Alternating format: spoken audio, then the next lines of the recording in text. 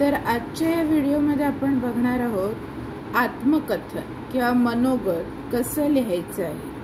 मनोगत वेगवेगळ्या लिहिता येतं। वृक्षाचं मनोगत आहे, पोपटाचं मनोगत आहे, नदीचं मनोगत आहे, वहीचं मनोगत आहे, मोबाईलचं मनोगत आहे।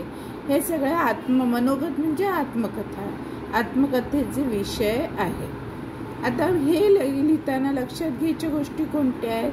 आत्मकथन हे सजीव आणि निर्जीव घटकांबाबत सर्वसमावेशक विचार, म्हणजे आत्मकथन ज्यांचं करायचं आहे ती सजीव असू देत, म्हणजे पोपट, वृक्ष हे सजीव आहे, आणि निर्जीव कोणते? समजा मोबाईलचं मनोगत करायचंय, पुस्तकाचं मनोगत करायचं लिहायचं आहे, तर याचा अर्थ काय होतो की हे निर्जीव घटक आहे। मग तुम्हाला सजीव किंवा निर्जीव कोणत्याही घटकाबद्दल तुम्हाला संपूर्ण विचार करता आला पाहिजे।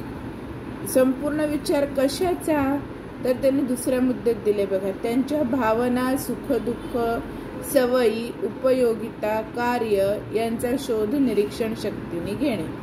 त्यांच्या भावना किंवा सुख दुःख, भावना कसं की त्यांना कधी आनंद होतो, कधी दुःख होतं, म्हणजे सुख आणि दुःख कशात होतं? आता समजा तुम्हाला लिहायचं पोपटाचं मनोगत, तर पोपटाला पेरू दिला की आनंद होतो, त्याला सुख मिळतं, त्याच्याऐवजी त्याची पिसं, पंखातली पिसं उपटून काढली तर त्याला दुःख होईल, त्रास होईल, त्याला वेदना होतील, ही गोष्ट तुम्हाला माहिती असते। त्यांच्या सवयी काय आहेत की आता पोपटाचंच म्हणायचं झालं तर पोपटाला काय आवडतं, काय नाही, सवयींमध्ये पोपट माणसासारखा बोलू शकतो किंवा काय आहे हे सगळं। उपयोगिता, त्याचा उपयोग कशा करता केला जातो? तर मोबाईलचं निर्जीव गोष्ट आहे, त्याच्या आत्मकथनामध्ये तुम्ही त्याचा उपयोग कसा करता, काय करता हे तुम्हाला लिहिता आलं पाहिजे।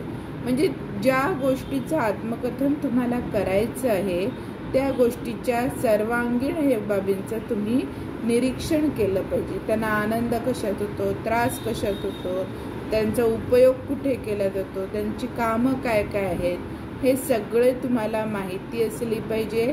त्या बाबतीत तुमची निरीक्षण शक्ती म्हणजे ऑब्झर्वेशन तुमचं असलं पाहिजे। आपण स्वतः ती वस्तू आहोत अशी कल्पना करा। म्हणजे जर तुम्हाला मोबाईलचं मनोगत लिहायचं आहे तर तुम्ही स्वतःला असं इमॅजिन केलं पाहिजे की तुम्ही मोबाईल आहात, किंवा शाळेतले स्कूल मधले नोटीस बोर्डचं मनोगत लिहायचंय, सूचना फलक, तर तुम्हाला काय हे करावं लागेल?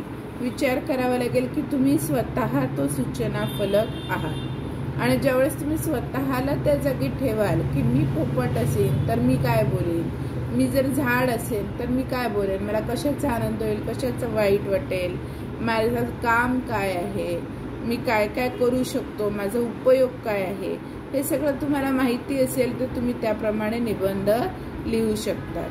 कल्पना शक्तीच्या माध्यमातून नाट्यपूर्ण रीतीने कल्पना मांडणे, म्हणजे कल्पना शक्ती म्हणजे इमॅजिनेशन।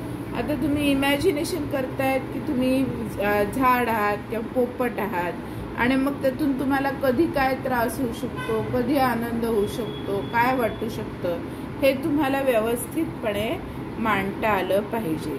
संपूर्ण लेखन करताना भाषा प्रथम पुरुषी एकवचनी असावी। प्रथम पुरुषी एकवचनी म्हणजे मी वृक्ष बोलतोय, मी झाड बोलतोय, किंवा मी पोपट बोलतोय, मी मोबाईल बोलतो आहे, मी नोटीस बोर्ड बोलतो आहे, हा मी जो आहे प्रथम पुरुषी एकवचन।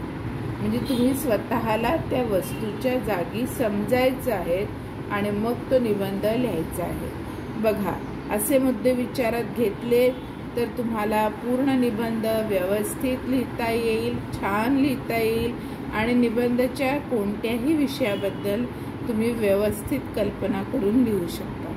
जर तुम्हाला असंच कोणता प्रश्न कसा सोडवायचा याची माहिती हवी असेल तर चॅनलला लाईक करा, शेअर करा, सबस्क्राईब करा आणि बेल आयकॉनवरती क्लिक करा, म्हणजे नवीन येणाऱ्या व्हिडिओची माहिती तुम्हाला मिळेल।